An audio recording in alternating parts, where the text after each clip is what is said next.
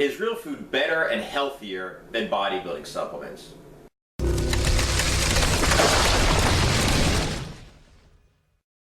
All right, first of all, I just want to put something to rest right now. You know, people talk about how, real food is real food and you don't know what's in supplements. Well, unless you're eating 100%, organic, grass-fed, free-range, whatever, real food, you don't know what's in that either. You don't know what kind of pesticides are in the fruit and vegetables you're eating. You know what kind of steroids, antibiotics are in the fucking, the meat you're eating, okay? So, I really... Not like I'm pro-supplement, but I just want to say, that's really not a very valid point, okay? Yeah, you don't know what kind of stuff they're putting into, supplements, but at least if you look at the label and it's like this and this and this is all listed because it's the law, okay? You know what's being added into this. If you look at something and it's like pure chicken breast, you still, like I said, don't know what kind of antibiotics are in it, what kind of steroids are in, beef or whatever that you're getting. So like I said, that's kind of like a moot point, unless you're eating 100% organic. And another thing I want to say about eating 100% organic, or eating real food as opposed to eating supplements, is get your nutrition, okay? Just get your nutrition. I'm really big into steak and eggs diet, the ketogenic diet, Vince Caranda's diet, and I know a guy who really wants to go ahead and start the diet, and he's like, well, I just got a new job right now. I can't afford grass-fed butter and free-range chicken eggs and grass-fed beef, so I'm just going to put off going on the diet. So basically what he does is he wakes up in the morning, he either skips breakfast and eats whatever the hell donuts are floating around, in the office for breakfast. Meanwhile, he's drinking coffee with all kinds of sugar in it.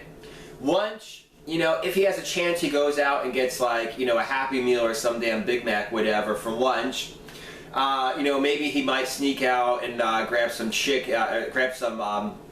Chinese food. And in America, Chinese food has nothing to do with chicken and rice. It has more to do with how much sugar and MSG they put into the sauces, okay? Or he'll go ahead and order a pizza for lunch with the guys. And then dinner, basically he goes to like Hooters or, some wings place with the guys, drinks a bunch of beer and eats a bunch of chicken wings. And he's doing this because it's healthier than eating beef and eggs that aren't free-range, organic, grass-fed. You understand what I'm trying to say? The thing is this, listen, get your damn nutrition in, get the ratios of macronutrients, everything you're supposed to be getting any way you can. And if that means you can't get the best, purest, organic, everything, meat and eggs, then fine. Get just normal meat. And if it means that you have to get, supplements because you've convinced yourself, oh, I can't eat that much, so I have to drink protein, fine, drink the protein. Get over yourself. It's a mental thing. You could eat more. You're just telling yourself that. But if in this moment right now, you've convinced yourself you can't eat that much, drink your protein shake, get your protein in, okay? If you've convinced yourself you can't afford real food, you can only afford protein shakes, drink your protein shake, get your nutrition in, okay? You'll get over it. At some point you'll realize that you could, eat more real food. But if that's what you have to do right now, get your damn nutrition in, okay? Any way you can. The real argument for real food against bodybuilding supplements is something I realized recently. And what I did is I was not recovering, I felt 100% last week, and I was kind of hungry, okay? I didn't lack energy, so on the ketogenic diet, I only add calories and add fat when I'm lacking energy. When I'm hungry, or when I feel my muscles aren't recovering 100%, is when I go ahead and add protein. So I figured out my numbers, I figured out what I was eating, and I wasn't getting, the 60% fat, 40% protein ratio. I was getting too little protein, believe it or not. So I decided I had to add about 50 grams of pure protein to my diet. Now, the funny thing is, I actually kind of looked at it in terms of, well, maybe I'm going to go ahead and, and add a protein supplement, like a protein drink.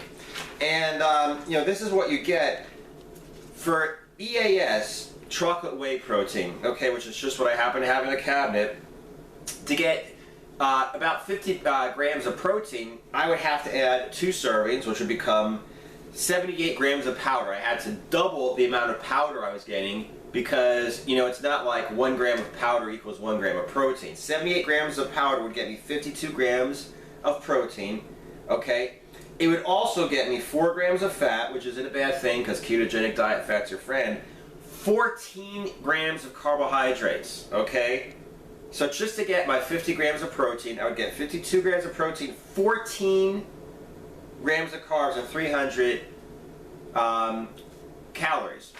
So, check this out. Chicken breast, 47 grams of protein. Not quite, but almost 50 grams, okay? 200 grams of chicken breast, which is about a half a pound, would be 47 grams of protein, 0 carbs, 3 grams of fat, 220 calories.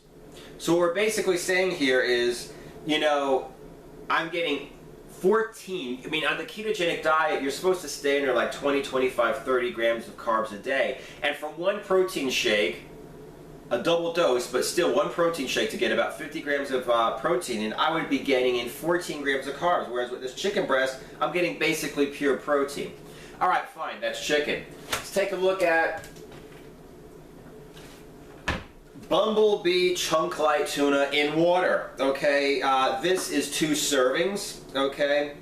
And a serving is 11 grams of protein. So let's say I'm going to get 44 grams of protein. Okay, once again, it's not quite 50 grams of protein, but approximately. I would have to take 4 servings, which is 2 of these cans.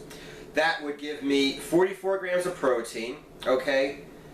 0 fat and 0 carbs. Now, yes, some carbs slip in, some fat slips in, okay? But for all intents and purposes, if I ate 2 cans of tuna, I would be getting 44 grams of protein, just straight up protein, okay?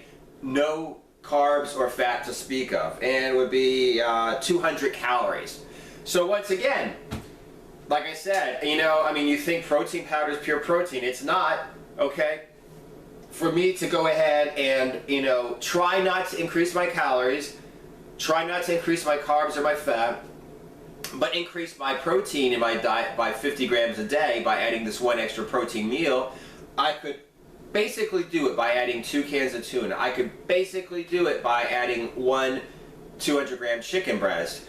But if I was going to go ahead and add, you know, add in some protein powder, I'd be increasing my calories by over 100 calories extra compared to chicken breast or tuna. I'd be adding in 14 grams of carbs as well. So like I said, that's another thing. You know, people talk about, well, you know, you can get pure protein and pure carbs and pure this and pure that from supplements.